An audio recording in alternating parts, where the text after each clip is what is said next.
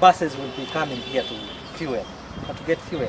And in the due course, you may have someone who is sick on the bus. Of course, they will have facility. This plan is dated 18th of May 2017. This is Town Council.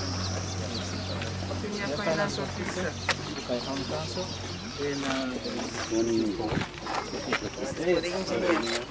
Then this is for the physical plan.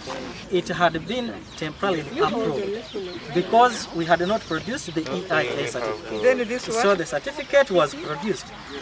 And the town council gave you a go ahead? I think what we'll do, I think this is your part. You recommended. This will be the one that you have to take us back. In reference to the Physical Planning Act 2010, Cap 37, developments recommended for